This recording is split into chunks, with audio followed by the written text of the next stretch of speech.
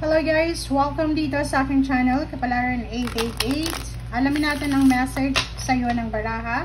Sa araw na ito, tingnan natin para to sa lahat ng nanonood sa ngayon. So, kung nanonood ka or pumasok to sa Reels mo or sa Facebook mo or sa YouTube mo, ay ito ay para sa iyo. Okay? So, para to sa lahat, do some research. Okay, mag-research ka daw.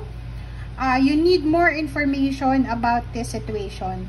Look into it further before proceeding. So, bago ka daw gumawa ng aksyon, bago ka tumuloy-tuloy doon sa mga direksyon na gusto mong tahakin, kailangan mo mag-research, maghanap ka ng tao na pwedeng makapag-explain sa'yo professionally ng mga bagay-bagay na kailangan mong gawin.